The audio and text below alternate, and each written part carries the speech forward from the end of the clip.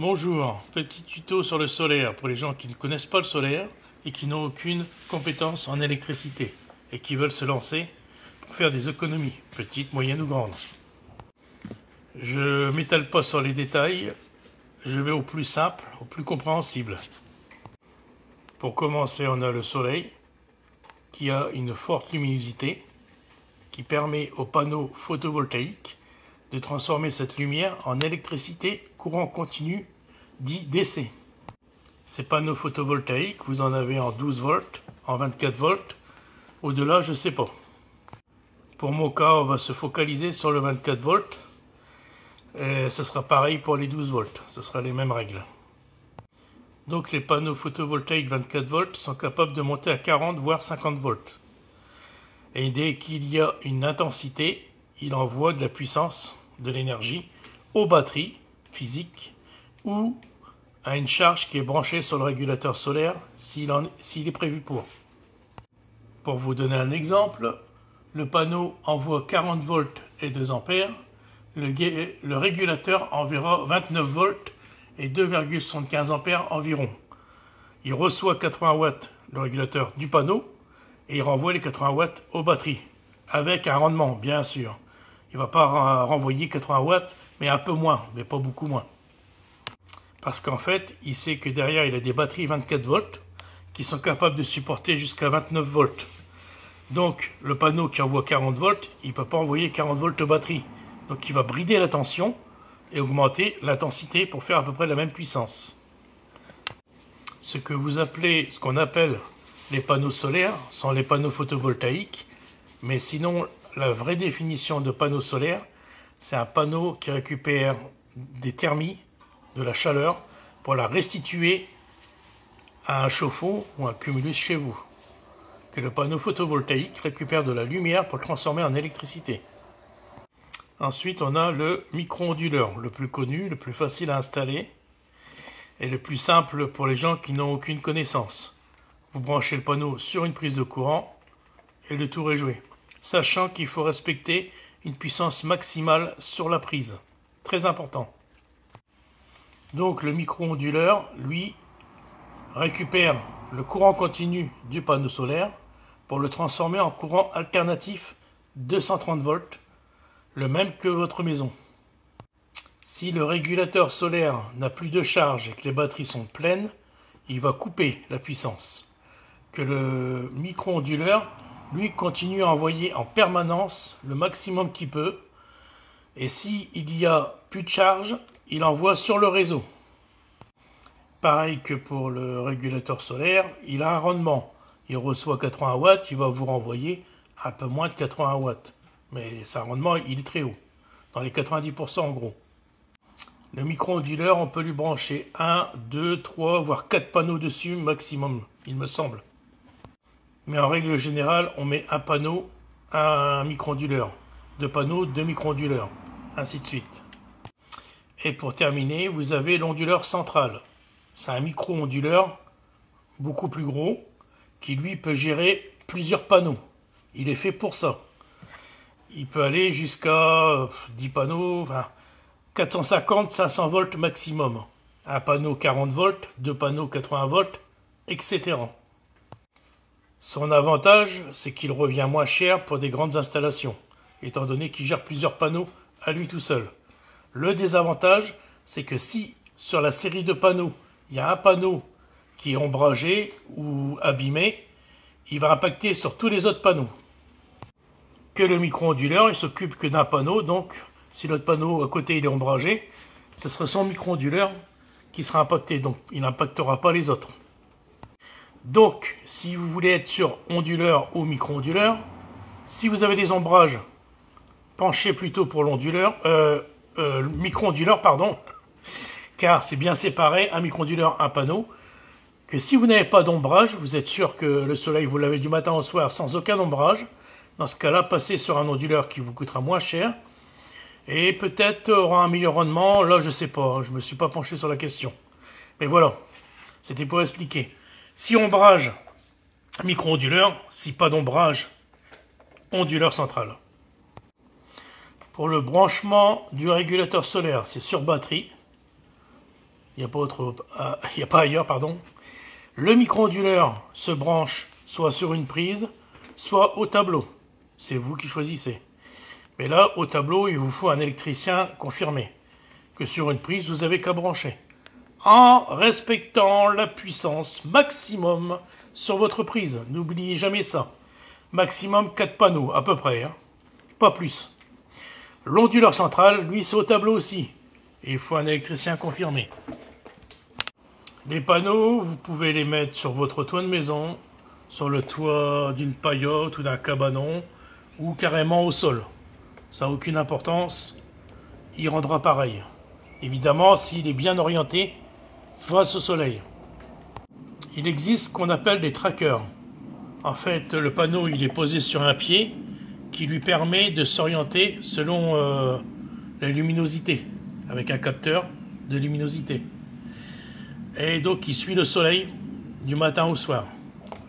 Ça améliore ses performances, car il va produire plus, étant donné qu'il va se mettre toujours en face du soleil, donc il produira plus. Ça a un coût. Et ça demande de mettre un poteau assez costaud pour supporter le panneau en cas de vent. Enfin, ça demande pas mal de contraintes quand même. Mais c'est un plus. Durée de vie des panneaux solaires. Au moins 30 ans. Je dis bien au moins 30 ans. Sachant qu'au bout de 30 ans, ils disent qu'il est à 80% de ses capacités. Donc ça veut dire qu'il est capable de vivre encore plus longtemps. Peut-être 40 ans, on n'en sait rien. Bien sûr, on oublie les dégâts avec les grêles, ou le vent, ou quoi que ce soit. Hein. On passe à part des problèmes de la nature qui pourraient nous dégrader, casser l'appareil. Voilà. En passant outre ça, il est capable de 30 ans. Ensuite, les régulateurs solaires, micro-onduleurs ou onduleurs, ont une durée de vie de 10 à 15 ans. C'est des approximations, on ne sait pas vraiment, mais en règle générale, on parle de 10 à 15 ans de vie. Peut-être qu'ils font plus, peut-être qu'ils font moins. Après, l'utilisation qu'on en fait peut réduire ou augmenter sa durée de vie. Mais on se base sur 10 à 15 ans. Le stockage, c'est-à-dire les batteries physiques, batteries, comment on dit ça, virtuelles, ça ne m'intéresse pas, donc je ne connais pas, j'en parle pas. Donc batterie physique, elle est pareille, 10 à 15 ans, selon l'utilité qu'on en a. Si on tape dedans, si on va tranquille avec. En règle générale, on parle de 10 à 15 ans de vie. Le prix des panneaux a très fortement baissé depuis 2-3 ans. Un panneau 400 watts, vous l'avez pour 80 € et un panneau 500 watts pour 90 € en gros. Régulateur solaire, ça peut aller de 20 € un petit régulateur solaire chinois à plusieurs centaines d'euros pour un gros régulateur qui est capable de gérer plusieurs panneaux et de bonne marque. Micro-onduleur, ça varie de 60 € à peu près à 300 € en gros, selon la puissance qu'il fait. L'onduleur central, ça peut aller de 300 € à 1000 €, 1500, 2000 €. Tout dépend de sa taille et de sa marque. Les batteries physiques. Alors, vous avez deux sortes de batteries physiques. Vous avez celles comme j'ai. C'est des batteries comme votre batterie de voiture. Vous n'avez qu'à brancher.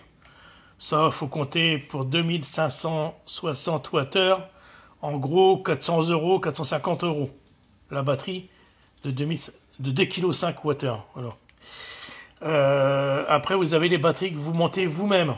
Donc là, c'est un peu plus compliqué. Il faut avoir un peu d'expérience et connaître comment les brancher, les monter, les installer.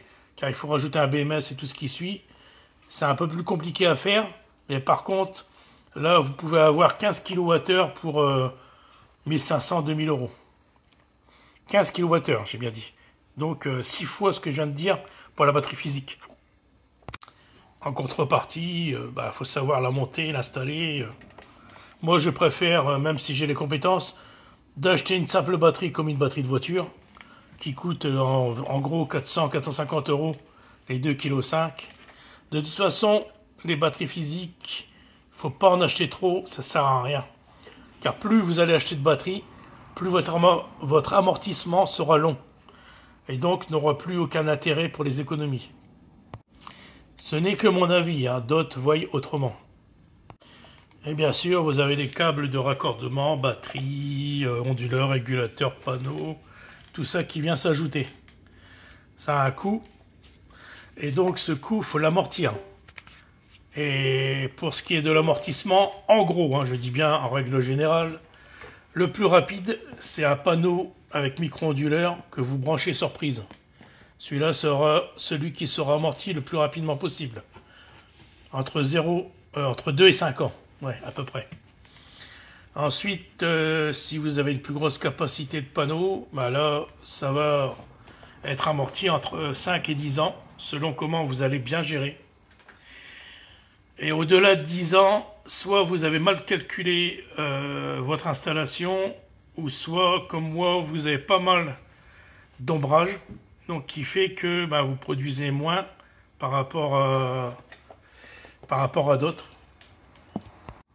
Et du coup que vous produisez moins, vous allez mettre plus de temps à amortir. Et cela impliquera d'avoir plus de matériel. Mais au final, toujours ma façon de penser, de voir, c'est quand même une belle acquisition. Ça vous fera des économies au jour. Faut pas dire si dans 10 ou 15 ans ça sera seulement amorti, ça vaut pas le coup d'investir dedans. Bah si, quelque part oui, parce que vous produisez votre propre énergie. Dans 10 à 15 ans, vous savez pas le prix de l'électricité. Toutes ces choses-là font que quoi que vous fassiez, vous ferez des économies avec le solaire. Et surtout, vous produisez votre propre énergie. Moins de dépendance au réseau. Pour ce qui est des batteries, elles sont là soit pour passer la nuit sur votre énergie et pas être obligé de repasser sur le réseau, soit appuyer les grosses charges la journée, genre vous avez 2000 watts de solaire à l'instant T et vous avez un appareil qui tire 3000 watts. Et bien les 1000 watts qui manquent, vous n'allez pas les chercher sur le réseau, comme les micro-onduleurs ou les onduleurs centraux, mais vous allez les chercher sur la batterie. Et pour les gens qui ont un contrat tempo comme moi, pendant les heures rouges pleines, qui sont à 0,65, eh ben on charge avec le réseau, eh oui, sur les batteries, et ensuite, en heure creuse, pardon, voilà, et ensuite, ce qu'on a chargé du réseau sur les batteries en heure creuse, on le restitue en heure pleine. Il n'y a pas photo, vous êtes gagnant. Donc pour ceux qui critiquent les batteries, c'est trop cher, c'est pas rentable, eh ben, je vous prouve le contraire. 1. Vous appuyez les grosses charges la journée. 2. Vous alimentez la nuit avec, donc pas de réseau.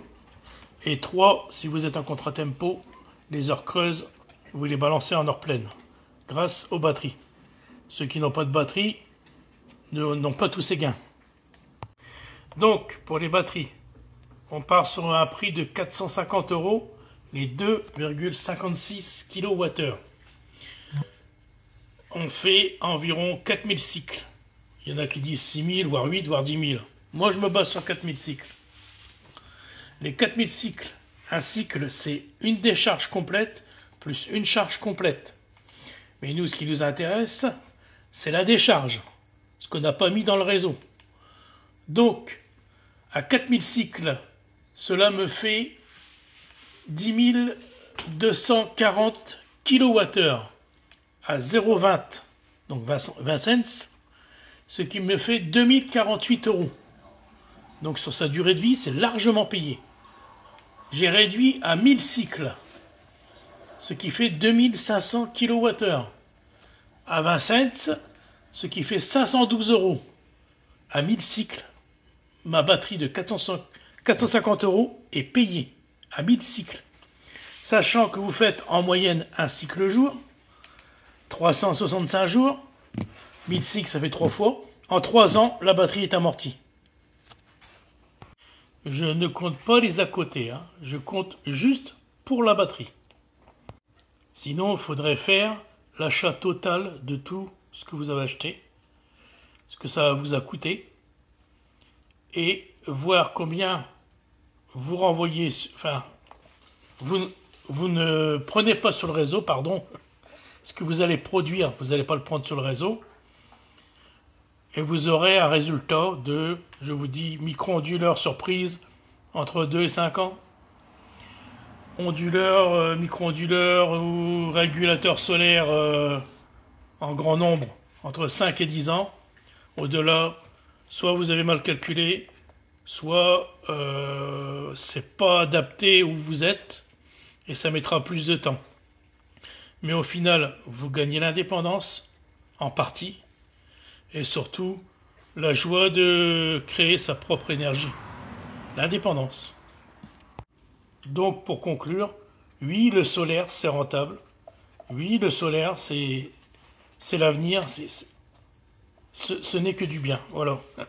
Je sais pas quoi vous dire d'autre.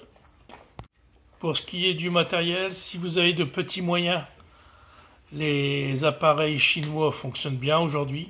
Les Chinois d'hier et Chinois d'aujourd'hui, ce n'est plus du tout la même chose. Ils se sont nettement améliorés. J'ai eu des appareils chinois quand j'ai démarré et ils fonctionnent toujours. Et de toute façon, tout ce qui est électronique, 90% ça vient de Chine, faut pas se leurrer. Voilà. Si des questions il y a, si des contradictions il y a, je suis preneur, il n'y a pas de souci. Mais restez poli, correct et pas agressif. Voilà, merci. Et puis j'espère que ça pourra aider les gens qui ne connaissent pas à se lancer. Bonne journée à tous.